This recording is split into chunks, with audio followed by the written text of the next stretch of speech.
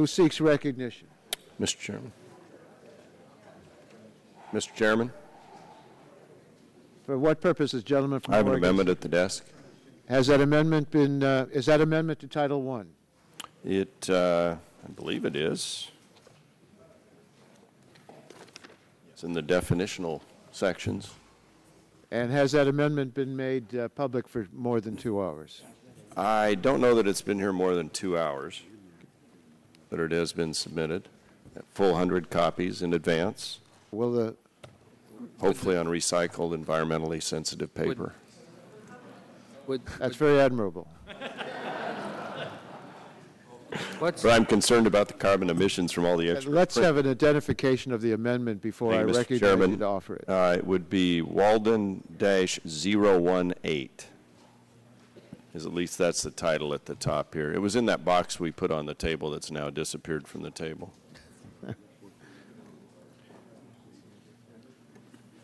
We haven't seen it. If Mr. Chairman, I'll reserve a point of order. Well, there's no amendment pending to offer a point of order. The chair will recognize the gentleman at a later time. Well, can I inquire, Mr. Chairman, as to what happened to the box of amendments that we put on the table? They are You can somewhere. inquire, but the chair does not have an answer to that. Well, I hope it hasn't gone into the great biomass pile in the sky or something. When amendments are submitted to the clerk, a PDF is made of the amendment and circulated to all the members of the committee. And that will give members an opportunity to read it in advance and think through whether they wanted to support it or oppose it or to ask questions about it, and so we can have an appropriate discussion on point. Well, Mr. Chairman, if I may inquire. For what purpose does the gentleman seek recognition? Just a question of process. The gentleman is recognized to ask a question. So they're available on a PDF. How would I access that here? I've got my laptop. How do I get it?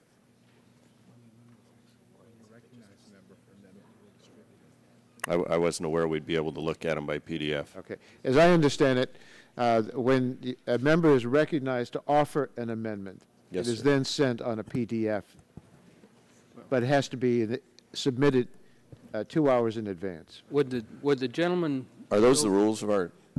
No. Would the gentleman from Oregon yield on his... I will, Mr. Chairman. Before you do that, hold off a second, because I might have given you misinformation. Just, okay. Gentlemen, suspend for a minute. How many amendments did we send in last night at 10 or 11? A little bit more. Now, he wants to know how he gets it. If the gentleman would Yes, sir. permit, you asked a question of how do you get the PDF? Right. Now, I've been informed that when an amendment is being submitted to the desk, a PDF is sent to each member's office. And when a member is recognized to offer the amendment, then a hard copy is distributed to the members here at the dais. So unless we have this amendment in advance, it is not, the chair set out rules by which he will not refuse to recognize members for an amendment that has not been made available 2 hours in advance. Now, if we can get your amendment and we continue to talk about it, we might have that 2 hour time limit met. But point of order, Mr. Chairman. Who is making a point of order? Well, Mr. Scalise, but I also have a question. Well, point of order is a priority over a question. You just said that a member you would refuse to recognize a member who didn't have an amendment in prior to 2 hours in advance. That's not what you had said yesterday when you and Ranking Member Barton were having your colloquy on the procedure. You said there would be a precedent given to members that had it over 2 hours, but you would still recognize people who didn't have an amendment at the desk 2 hours in advance, and now you're saying that you would refuse to recognize. So what changed between yesterday? Well, I think there might be a misunderstanding on your part about yesterday's colloquy. Members will be recognized. Members will be recognized to offer an amendment that is pertinent to the title and to consideration, or and/or that has been available for 2 hours. And we will not close out any title, so members will be allowed to offer an amendment at a later time. We're not closing out anybody's opportunity to offer an amendment. We just simply think it's fair for members to know what's coming before it's offered. Further, I would yield to point of order. Mr. Barton, you had a question. I just want to point out some flaws here, and it's a question. The minority submitted approximately a dozen amendments to the majority staff last night after our Republican caucus at 6 o'clock. Now, so they've been available for 2 hours, at least to the majority staff, but we haven't submitted all of those amendments to the desk this morning.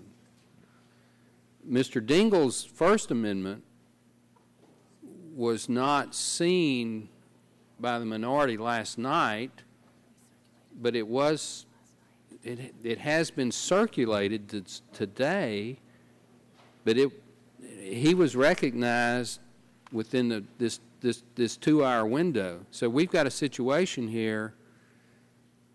If your decision point is 2 hours at the desk as opposed to 2 hours to the staff, it's going to be basically an extremely difficult markup to comply because... Gentlemen, yield to me. I think I can clarify it. There were amendments submitted by your side of the aisle last night. There are only 2 of those amendments that are to this title, but all of those amendments would be subject to being called up and will meet the requirement of the 2 hour time limit. Mr. Dingell's amendment was circulated to all members last night, so it was available for members to see it. We are going title by title, so members will have the opportunity to know that the subject in that title will be debated, and they can be here if they want to debate that title, or choose not to be here if they don't want to get involved in that particular title. So if the gentleman's amendment was part of the amendments submitted by the staff last night? I don't think this one was. Okay. No, if I might, Mr. Chairman, no, it was not. We were busy photocopying and working with legislative. Well, we're going to make the amendment in order at the earliest possible time in compliance with I think a process that's fairest to all members, and that's that they have a chance to see the amendment. Well, I don't disagree, Mr. Chairman. They should have a chance, but this 2 hour notification requirement is going to mean we might as well plan on being here all next week because we have over 400 amendments, and we're changing them as we go. It's not going to be possible to put all of those amendments out at the desk in a 2 hour time frame. So you're going to create a situation where we seek recognition to offer an amendment, and then just like in this case, Mr. Walden, he hasn't had it at the desk for 2 hours, so it's going to be deferred, and you're going to end up having about 60 or 70 amendments that are deferred till the end of the week. I don't see any way around I think you're painting too dire a picture. If amendments are submitted and they're changes, conforming changes, or non-substantive changes, if they're submitted 2 hours in advance, I don't think we're going to quibble about a correction of that amendment because we'll know what the amendment's all about. We took almost 2 hours on the first amendment. So I think, I don't want to predict how much time we're going to take on amendments, but if you have 400 amendments, let's see them. And well, you'll get to see them. We're not, it's just and when it gets to the title point, by title, well, when it comes to a title, well, I would urge that members start getting your amendments in on the earlier titles first, so that we can get them considered. But we're not going to preclude any amendments. Who has an amendment? Mr. Chairman, can I get one Yes. other Mr. clarification? Walden. If I might. Gentleman is recognized, yes. So if we are working on an amendment to your amendment in the nature of a substitute, and as we were having that discussion, for example, on this authorized fund in the last amendment, and a member wanted to put a cap on that fund, say offer an amendment, a secondary amendment of, $1 billion on that fund, would that type of amendment also then under your proposed your protocols require a 2-hour delay? Because I know as we've marked up other bills in the Well, past, if the gentleman would Yes, sir. permit, an amendment to an amendment would not be in order All right. because we have an amendment pending. Okay, then if we, for example, had adopted this last amendment as we did in a bipartisan way, somebody then would have to come back and try to amend that later, and it would be a 2-hour delay to amend that. Is that accurate? I think that would be accurate. Okay, and just one final question. These are not actually rules of the committee, correct? This is a process you're just working through. These are not the rules of the committee, but the inherent power of the chair for recognition can be used in a way that would promote the orderly process of debate and amendments, and we're trying to establish that procedure. Parliamentary inquiry. Who's making the parliamentary inquiry? Gentleman from Florida. Let's say we get through Title I and we're in Title IV, and somebody has an amendment to Title I. Are you going to allow members to go back and amend Title I?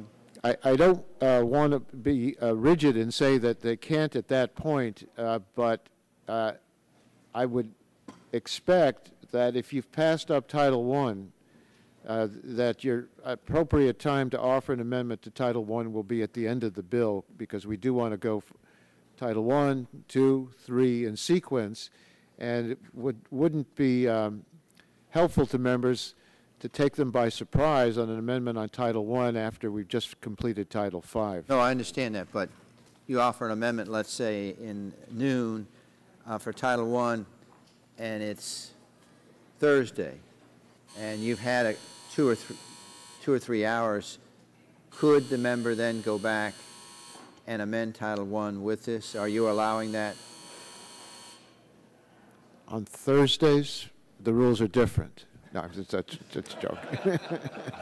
The question of the Let's go gentleman is Wednesday, whether hypothetically on Thursday or some other day during the markup, even though we've gone beyond a number of titles, would we then return to Title I? That's the question. And I would think that we'll definitely return to Title I, and amendment will be in order after we've completed all the titles.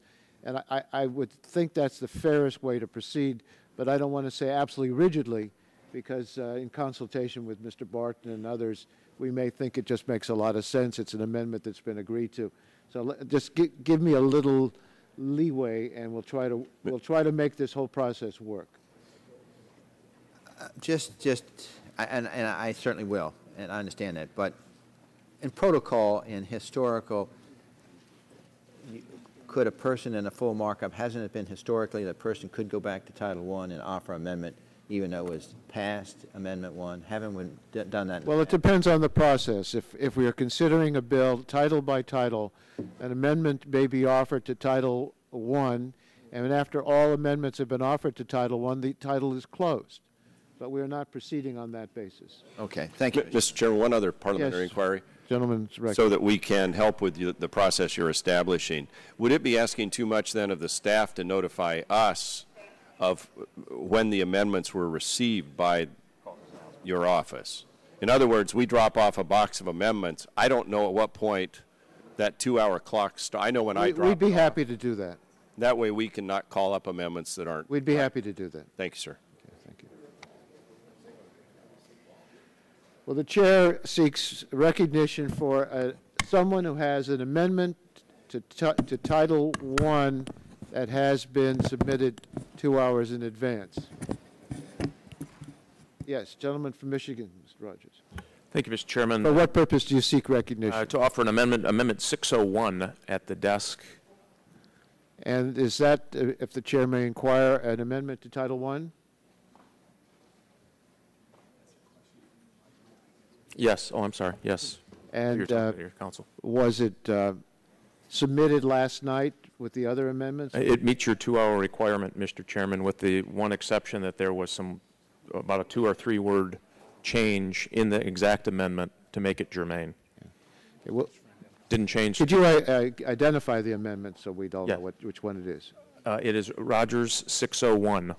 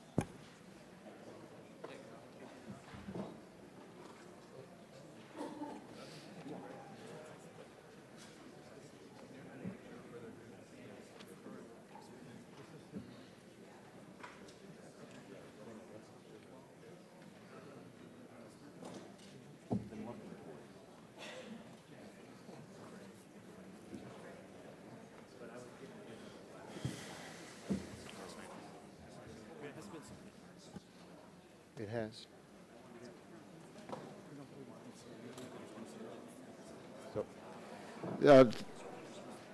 I'm informed that a different amendment has been submitted by you, not that one.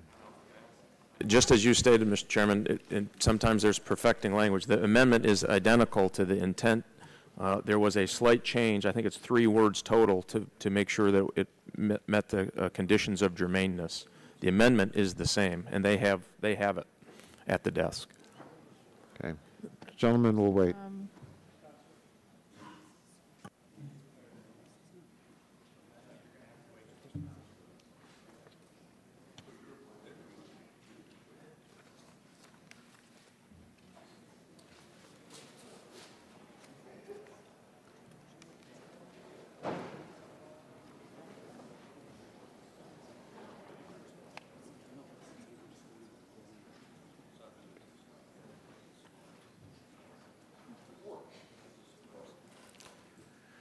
I'm going to ask the gentleman to put aside this amendment for temporarily while we straighten this out, and let's proceed to another amendment. Mr. Stupak, for what purpose do you seek recognition? Mr. Chairman, I have an amendment. It's number 070. Is this an amendment to Title I? Yes, it is. And has it been distributed 2 hours in advance? Yes. Or met the 2-hour time limit? The clerk will report the amendment. Amendment in nature of a substitute offered by Mr. Stupak of Michigan, page 93, line 11, strike January 1, 2009, and insert July 1, 2010. I reserve a point of order, Mr. Chairman. The gentleman from Oregon reserves a point of order. The amendment has been read. The gentleman from Michigan is now recognized for 5 minutes. Thank you, Mr. Chairman. Mr. Chairman, I'll be fairly brief on this. H.R. 2454 successfully lays out a cap-and-trade system by its very nature will provide economic incentives for carbon reduction. While I was not involved in the original negotiations or this section, the new source standards could eliminate any further development of coal-fired generation around the country. In Michigan, because of our... Mr. Chairman, we're having a debate on an amendment we don't have. Yeah.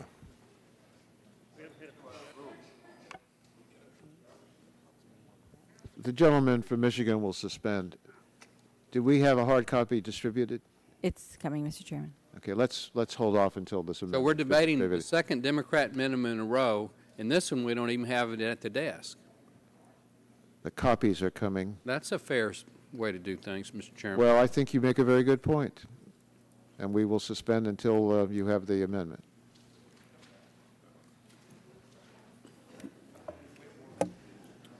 Mr. Chairman, just a point of inquiry, Mr. Chairman.